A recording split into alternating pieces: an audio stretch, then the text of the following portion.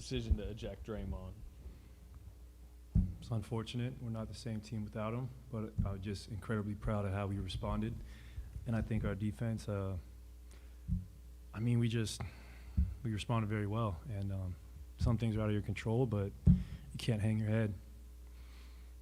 Klay, you guys have won a lot of big games on the road in the playoffs. You rank this one in there? Does it feel like one of those huge other wins you've had? Yeah, definitely. Especially, everything the team's been through, especially the last couple of years. Come out here and get a gut check win. And it wasn't pretty at times, but in the playoffs, all that matters is that final box score, and we handled business, but we're far from satisfied. You had for yourself, a wild ending to that game, the game winner, missing the free throws, stopping Morant at the end. Can you just kind of take us through the emotions of all of that and how it kind of just ended with you making that big defensive stop? I got a great look, and that felt good to make that, but unfortunately, missing 2 free throws is very uncharacteristic for me, but I'm human, and I've learned from so much experience that you have to move forward. We still had the lead.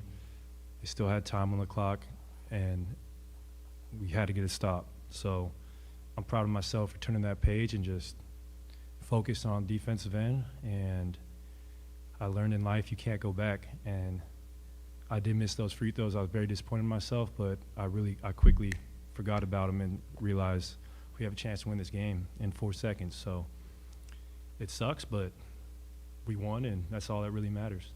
You see from Morant on that last play and what kind of your decision making? Obviously, I thought he was going to attack, and I did not think Clark was going to be the one to shoot the last shot.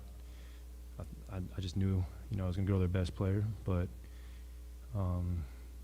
he's an incredible player in the key, and I just try to cut him off from getting an open layup and force him to make a tough shot. And that's what me and Gary did. So give credit to also Jacob Rubin. He's the one who told me that out-of-bounds play was coming. Klay, you once tweeted out you could watch GP2 play defense all day. What's it like watching him next to him? Oh, it's amazing. I mean, do you see his dunk and then him checking their best player all night? Gary is just an incredible player who we will have to rely on going forward because he gives us incredible two-way impact. And that was a fun night, man. After the 2 years I had and now back to feeling the highs and lows of playoff basketball, it's awesome. What's the vibe like when you, Steph, and Jordan are out there together, which has obviously happened more and more now, and particularly in regard to Jordan's playmaking? I mean, he had 9 assists tonight, and it seems like many of them were to you or Steph. Jordan has developed such a great floor game, and he made some huge shots, deep shots too, and with him and Steph in the lineup, they can both play off the ball, they can both handle the ball, and then I'm trying to occupy the defense by coming off screens, and we just needed everything from everybody tonight. It was a gutsy win, and something we'll quickly forget because we're still hungry. We still want to take care of business on Tuesday. Klay, I think at the end you might have lingered on the floor a little bit, maybe looking into things. What was that about? What you said? What was the message there?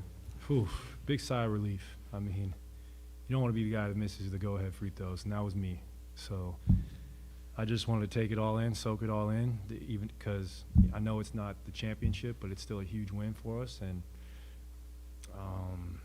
I was pretty juiced up just because I was part of that big stop, and I enjoyed it for a couple minutes and then got off the floor and especially, having to watch the last couple of years, just soaking everything in and internalizing the whole atmosphere and just appreciating where I'm at. What did you think of what Kevon did? He hasn't played a ton in these playoffs, and then to come in that second half and be kind of a stabilizing force for you guys with Draymond out. Oh, man, Kevon has been incredible for us all season, just his consistency in the lineup, his ability to finish around the rim, and just how he just makes our offense flow. So we'll keep relying on Kevon, and